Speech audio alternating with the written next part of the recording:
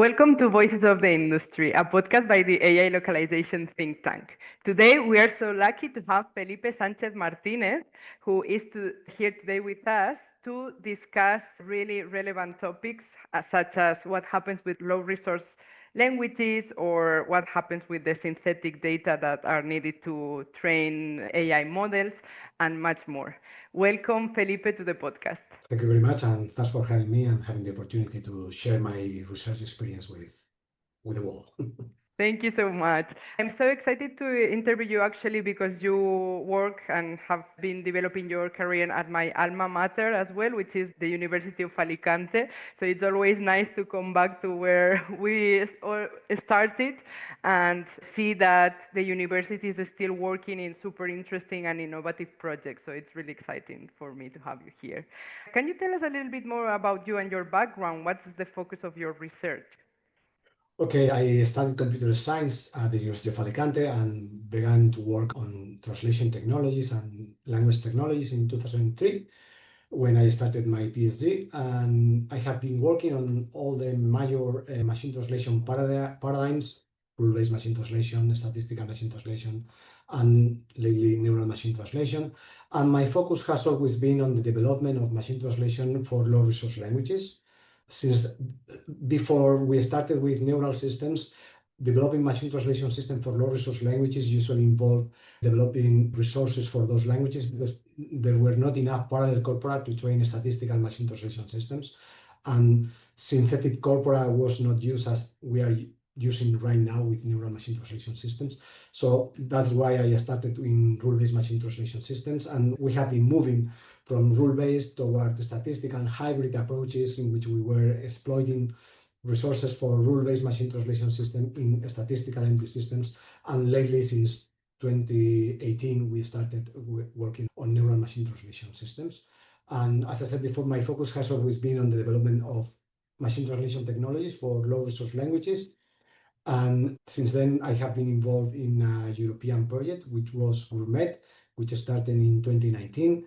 And we were there developing neural machine translation systems for low resource languages, most of them from India and Africa, for the translation to and from English for news content. We had there two partners, which were BBC and Deutsche Welle, which is the BBC in Germany. And after that, we moved to another project, which was funded by the Spanish government, in which we were developing also empty systems for low-resource languages. And now we will talk about this project later. I'm involved in a project about low-resource languages and large language models for translation. Awesome, Felipe. That's great. You have a very historical perspective on how machine translation has evolved over the years, which I believe is really important to understand how the technology has been maturing until now with LLMs, and that's very exciting. Thank you for sharing. As data for low resource languages is a big topic in the industry. It's been for many years, but especially right now with the advent of Gen AI, LLMs, and all that, where automation in machine translation is becoming more prominent. People are wondering what happens with low resource languages. And I know, as you explained, you've been working on curating data sets and neural machine translation engines for low resource languages, including Mayan as well, and other low resource languages, as you just explained. So can you tell us a little bit more about the challenges and potential solutions that you've encountered in your research? Okay, the thing is that when we started with neural machine translation systems, that opened a window for low resource languages, because now with neural empty systems, we are able to take advantage of transfer learning and be able to translate to new languages, even though we don't have enough parallel corpora for those languages, because we are able to translate similar languages. And there has been a huge advancement in the development of multilingual neural machine translation systems, like the project from Meta, No Language Left Behind, in which they are able to translate between 200 languages. Before neural machine translation systems, we needed parallel corpora in the very same languages involved in the translation. Now, of course, as much parallel corpora as we have, the better. But we are able to develop some machine translation models for languages for which we have very few parallel corpora. The challenge of training or creating data for a low resource language depends on how that how low resource is that language, and depending on if that language is actually a language which has the support of an institution and this kind of stuff. There are languages that do not have the support of a government, and maybe they don't have a regular orthography, and they are written by different people in different ways, and this is a challenge. When we are acquiring resources, so we have to differentiate if we are going to acquire the resources by crawling corpora from the internet, or if we are going to develop those resources from scratch by being in contact with the affected communities. If we want to crawl corpora from the internet, which is something that we have done in the past, my research group and I have been involved in several European projects related to crawling, like Paracrawl, also another one, the last one was Makoku, and as I was saying before in the Gourmet project, we also perform some crawling. When we are crawling corpora from the internet, we have to think of there are two main issues there. One of them is that when you want to download the corpora, I mean, you have to download a lot of corpora from the internet, and then you have to filter out. And if the language is a low resource one, most of the corpora you have downloaded will be useless because most probably will not be in the languages you are interested in, or even though they are in the languages of your interest, maybe they are not parallel. So to alleviate this problem, in the project that I mentioned earlier that was funded by the Spanish government and that finished in August, we have developed, using small language models, we have developed technology that is able to infer the language in which a document will be just from the URL without downloading the document, and provided two URLs to infer if the two URLs point to two documents that are going to be parallel. So this is working quite well, and this allows us to guide the crawling toward the documents that are in the language we are interested in.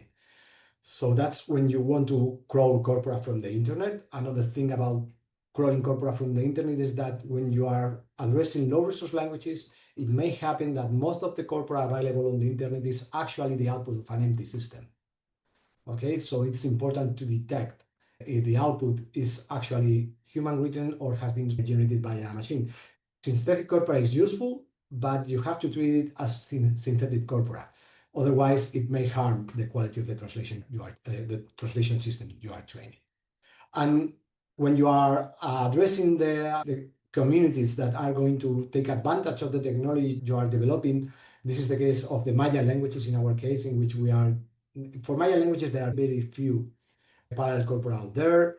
If you go, there is the Jehovah Witness web page, which in principle cannot be shared or crawled, and there are very, very few corpora available online. There is publicly available corpora. There is just one that was released by one of my PhD students, Andres Lowe. And so now we are in the process of translating a test corpus, which is the Flores Plus corpus, which is a corpus that is used by the community to evaluate the performance of machine translation systems.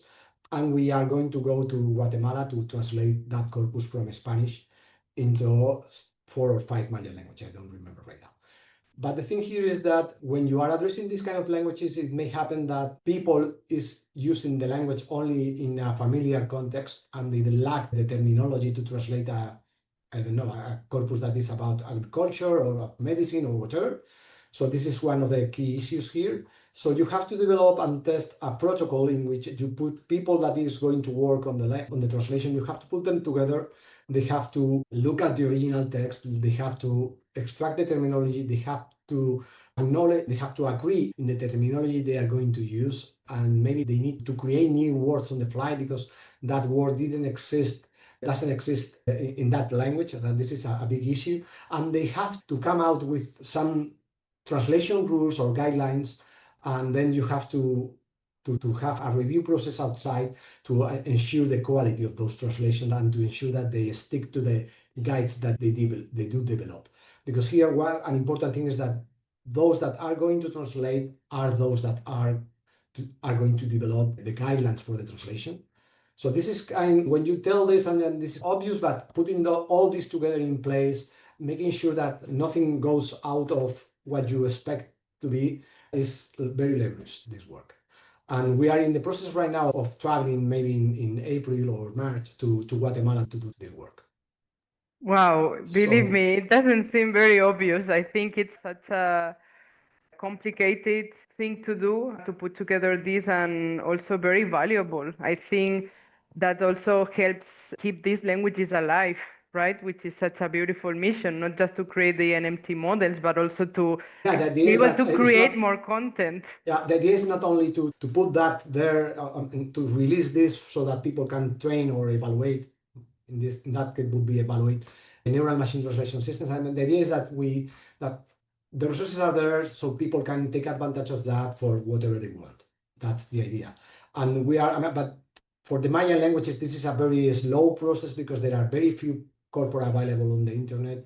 We are also, which is part of the project we have just started, we are also scanning documents we got from a foundation we are working with, scanning, making OCR on those texts, even though there are very few technology for OCR, there are no technology for OCR for those languages. So this kind of, sometimes you have a chicken egg problem here. You don't have the technology because you don't have the resources, and you don't have the resources because you don't have the technology.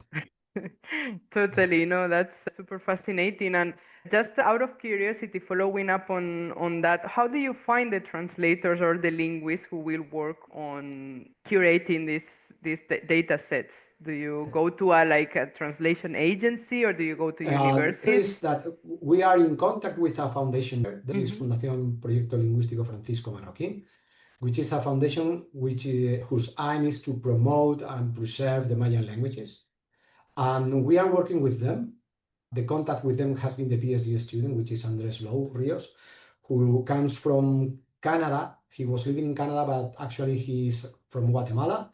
And he approaches us because we have been working on low resource languages. We didn't know him in advance, and he wants to make some impact on the communities in Guatemala. He's from there.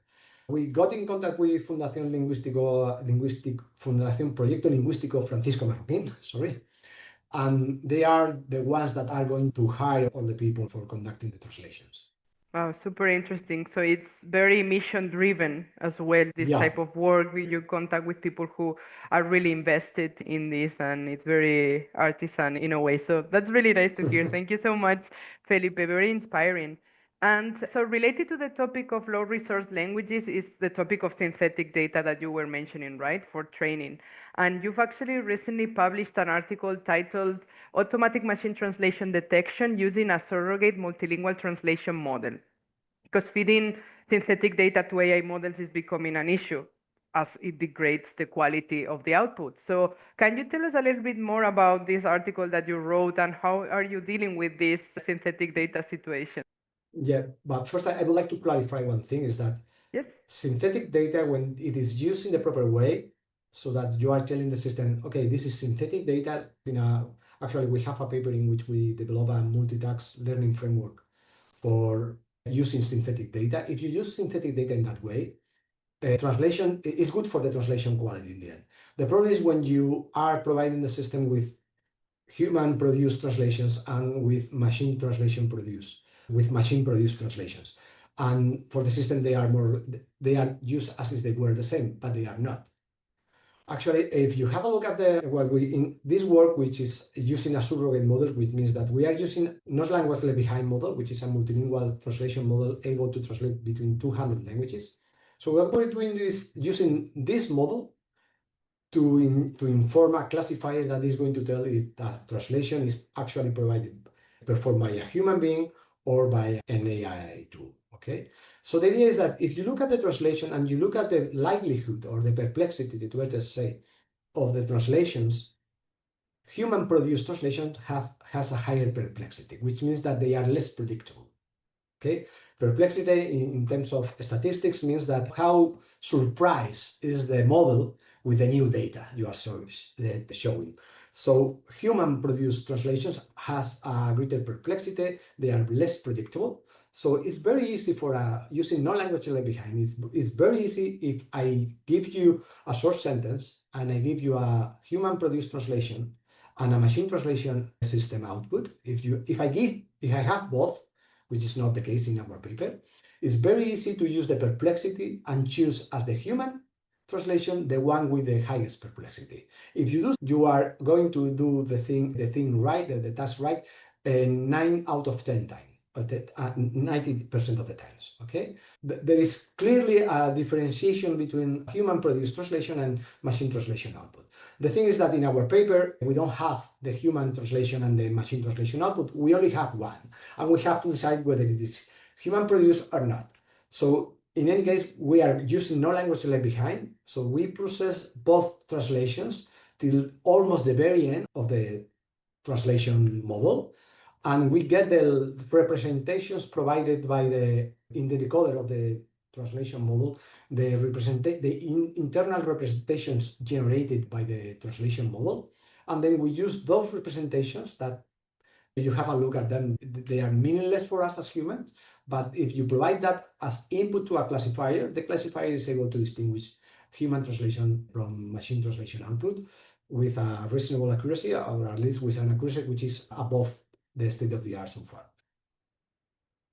Okay, so I don't know if you have any other question Yes, regarding no, how this works. while you were discussing this, I was thinking that this perplexity rate, which I was not familiar with, so thank you for explaining that for me and for the audience.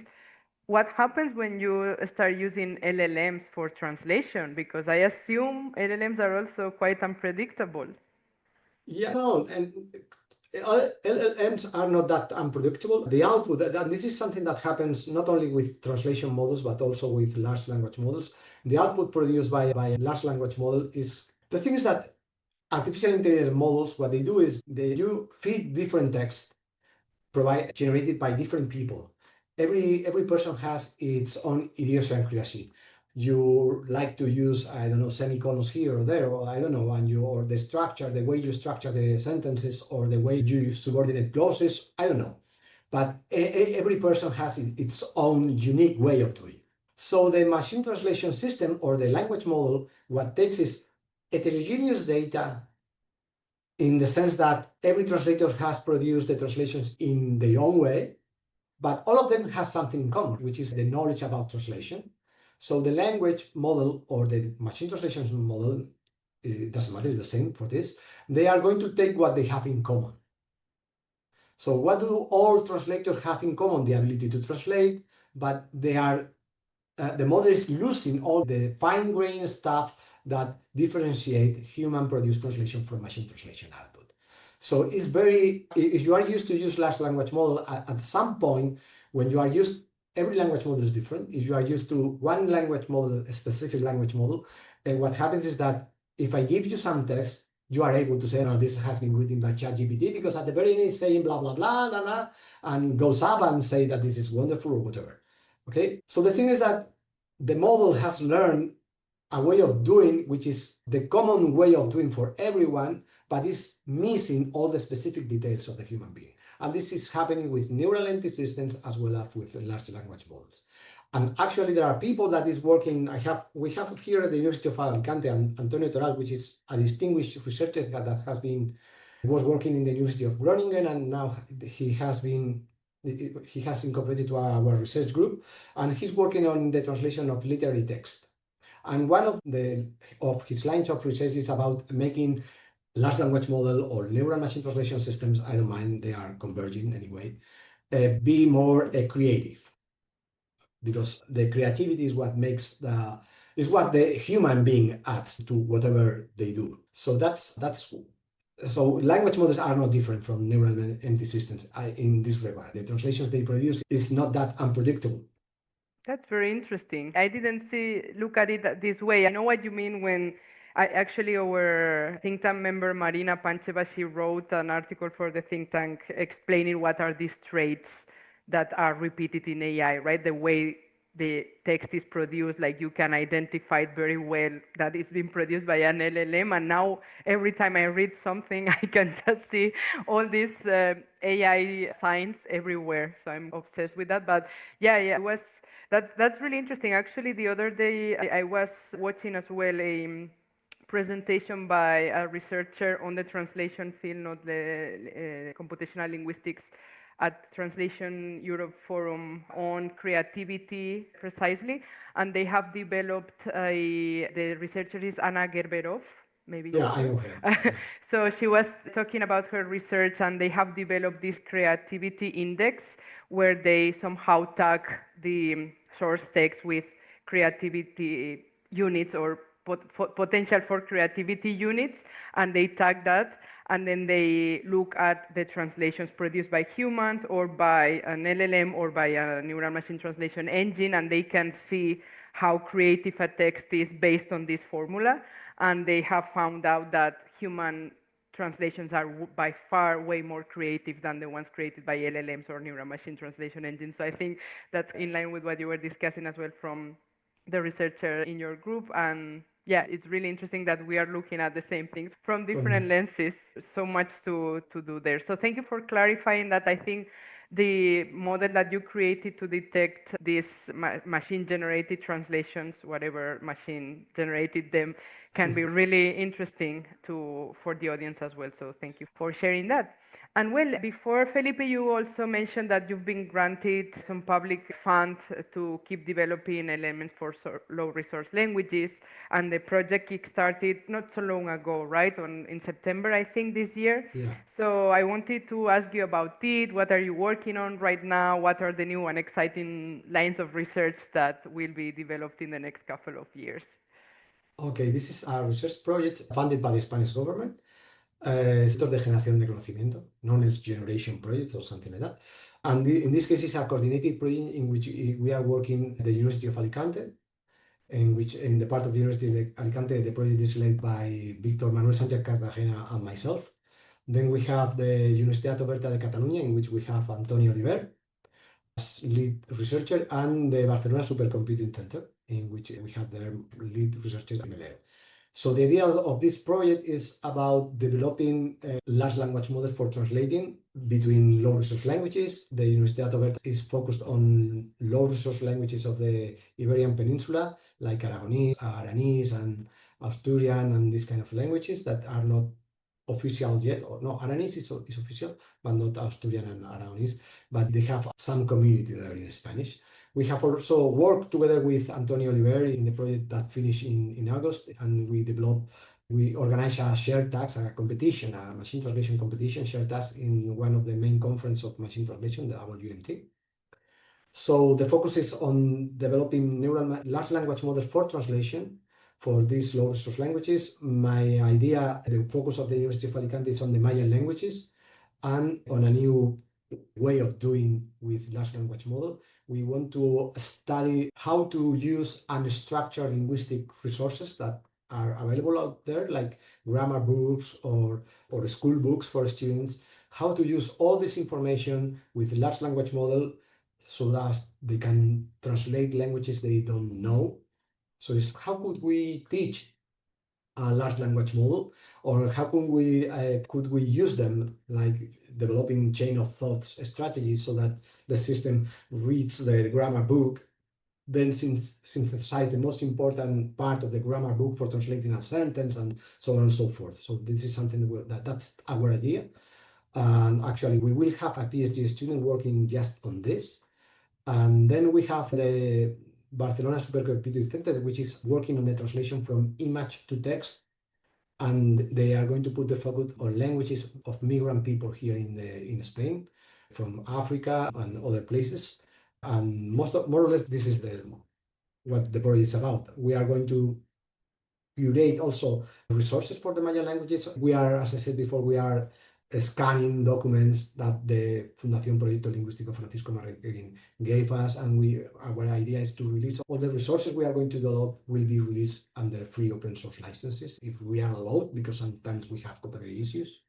Because if there is one thing that in my research group, and myself included, of course, we believe in open source software as a way of having two different impacts. One is to returning to the society, what the society is investing in research, because I work in a public university, I get public funding. What I do is public and should be public because it has already been paid.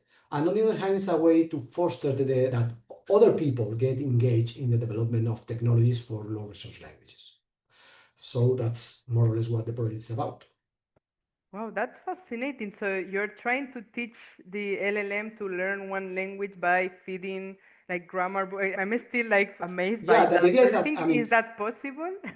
I think that if you I don't know if you have used I don't know, Gemini. Gemini have two different models. One is Flash and the other one is Pro. And the Pro is producing a chain of thought before providing the output, and you can open there and see what is saying all this stuff. So it's a way, it's following that line in which you provide resources. Usually, when we were working a long time ago, 20 years ago, or 25 years ago, we were working with rule-based machine translation system. We needed linguistic resources in a structured way. We needed morphological analysis dictionaries, bilingual dictionaries, structural transfer rules, all information in a structured way. Then in corpus-based machine translation systems, statistical machine translation systems, we needed sentences aligned, which is linguistic knowledge there, not that structure, but there is some structure there. And now when we are working with neural entity system and large language model, we are starting to see that we can use text as it is. Language models, they are able to learn to translate even though sometimes they have not seen parallel corpora. So we are losing the structure there. And now the problem is that when we are facing low resource languages, there are very few corpora available, even monolingual corpora for the language models to learn. But there are some knowledge which is encoded for the human being, let's say, in books for people to learn Cachiquel or to learn Quiche or any other Mayan language in this case. And why not this information, which is not a structure with a adequate prompt and the adequate chain of thought strategy that could be used for translating. That's the idea. This is a research project. Maybe we will not succeed, but I think it's worth trying, and it's quite challenging and interesting from the point of view of what we can do with the resources we have available, what we can do to impact the people speaking those languages, and what we can do to learn how language model actually work inside, because we know the mathematical details, we know all of this stuff can be explained, but how it is actually working inside, the capabilities, the way, what it can do or will be able to do in the long run, this is something that we need to discover. And Yeah, that's one absolutely. step towards that. We really hope you succeed in this experiment because it sounds really fascinating. And we will be keeping a close eye in your journey in this new project. Felipe, unfortunately, we're at the end of the interview. It's been super interesting and enlightening to listening to you.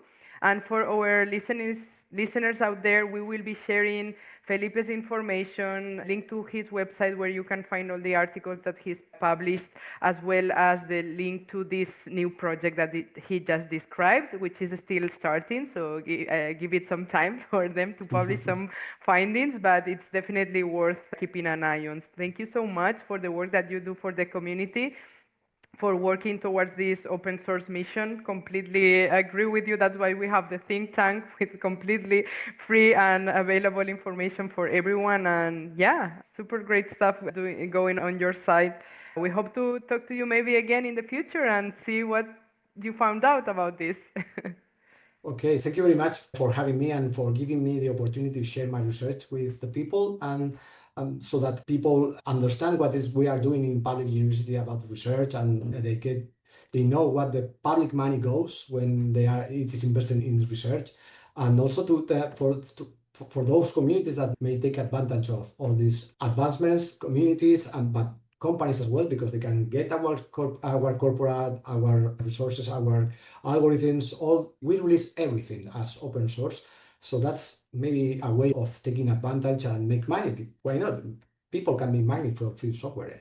So thanks for having me, and I'm open to share my advancements anytime. I'm happy. Thank you so much, Felipe, and thank you for listening. We will see you again in the next episode. Remember to like and subscribe. Bye.